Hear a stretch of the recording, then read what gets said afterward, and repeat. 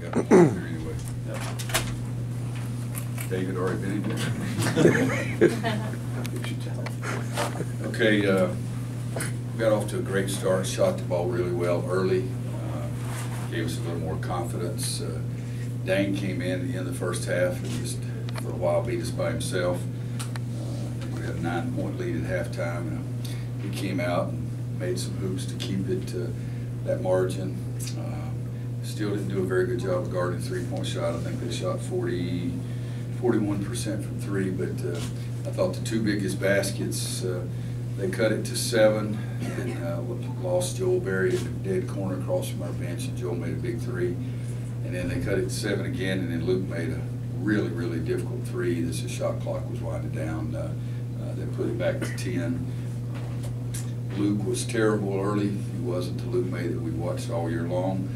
But late, he was Luke May again. He made 3 threes, got 3 offensive rebounds for baskets in the second half as well. And just really did a good job for us. But we have 5 guys in double figures and out-rebounded 44-32. I think our second chance points were 22-6. So all in all, we really played well. I didn't like our defense, but I haven't liked our defense all year long. So maybe we'll get changed before I turn 90. But made shots and guys made plays. Too many turnovers carelessly. But I think again you have to get Louisville credit for that because they just keep coming at you. I thought Dane was really difficult for us to handle, and Ray Spalding, like seeing our freshman big guys, he just goes to work and ends up scoring baskets for them. But feel very fortunate to get out of here with a W. How big was the offensive rebounding in the second half, especially some of the timing that they had some of the putbacks? We missed 2 or 3 dead layups, and Luke was there to get it and put it back in. So it was big. It wouldn't have been as big if we made the layups to start with, but I thought that was important. Luke had six offensive rebounds, and he does have a nose for the basketball. He's not the most gifted, most talented, prettiest thing you've ever seen, but he has a nose for the basketball and keeps going to the board. What do you attribute? I mean, it's got to be more than just want to for this team to be undersized with the starting lineup you have and to still be leading in rebounding. Well, we emphasize the dickens out of it. I think every coach has got some things that you do pretty well because you emphasize it more than you do other things. We probably, with one exception, Roy Williams feels like he's emphasizing guarding a three-point shot. We're not doing that very well, but I've always felt the rebounding was the most important. I scream at them every time they don't go. I jumped on Cam. He missed 2 box outs late in the game. Got after guys for not going to the board. If they don't go to the board on one play, I tell them. But I think they're buying into it more each and every day about how much more important that is to us. Or you said they look good in practice after you gave them 2 days off. Was it like what we saw in the first 10 minutes? Yeah, except we were fresher defensively too. I mean, I was pleased with what we did defensively, Joe, in the last 2 practices. I thought, gosh, maybe we're finally turning the corner. I didn't necessarily see it as much today in the game, but so we're going to give them tomorrow off. Hopefully, give them their fresh legs back again, and try to do a little practice on Monday.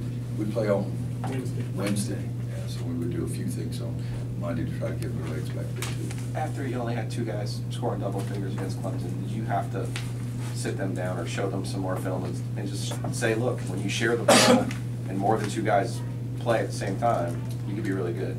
I think they know that. I think if you look back at it though, in that game, we lost Theo after 90 seconds, and he is the best playmaker that we have, so that was part of it too. Kenny, I think that was the last game that, I may be wrong here, I think that's the last game that Kenny was struggling a little bit, and he got going again after that game, but they know that I like having as many guys. I'd like to have 14 guys scoring double figures is what I would like, but it's harder to guard a team where all 5 guys can really score. I've always thought that. And, I didn't have to say too much about it at all.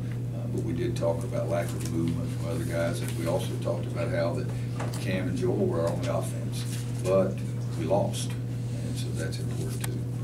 You're not the only one with the win at Louisville now? No, I told him in the locker room now a couple of others got one. Roy, Joel gave you 23 points, but he also gave you 8 rebounds, 5 assists, had a huge block there at the end. I know, God almighty, guys, that's all we talked about in the locker room. He used to yell at rim protector and all this kind of stuff. So I got to see it again on tape. He's been going and rebounding the ball on the defensive board. I don't know what he did today.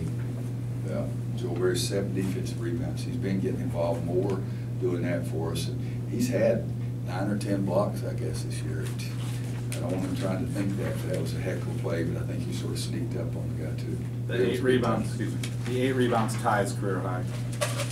David Padgett spoke yesterday about remembering the days that, you know, his recruitment process and how, you know, making the point that if you hadn't left Kansas, he probably wouldn't be coaching here. What do you remember about those days, and what were your thoughts about seeing him on the intervention? Well, it was a hard time. I don't want to get it too dramatic, but I mean, it's true. It was a hard time in my life. And I loved David Padgett, wanted to coach David Padgett. It had been not the best of all worlds the last 2 years I've been in Kansas. I had some conflict in the department, and it wasn't fun for me. And when I didn't go back to North Carolina in 2000, I thought that Matt would be there for 25 years. I'd stay at Kansas, and I sort of wanted to be just at one school. But then all of a sudden, they called back and offered me the job again. And 2 things that were the most difficult I've ever had to do in part of my basketball career. One thing was calling my team together at Kansas and telling them, because I was going to tell them face to face. And if I'd felt, if I'd known at that moment how dirty I felt, how bad I felt, I couldn't have done it. There's no question. But the other thing was calling Omar and David and JR and those guys and telling them what was going on. But I thought David was going to be a fantastic player for us. He's one of the best runners, and I've always loved big guys that really run. Then he goes to Louisville and had a great career. First team All Big East. He was the leader of their team. And then I sort of hung around, and I knew he wanted to get into coaching. His dad was a coach. Dad was a really good coach. Mom and Dad, nice people.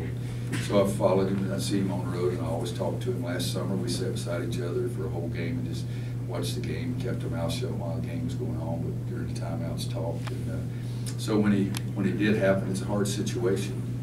But we talked a couple of times on the phone, and I told him I was very proud of him, but he doesn't need my approval, because he's David, and he's going to do a great job here, and hopefully they'll see what he's done with the club and let him stay here for a long time.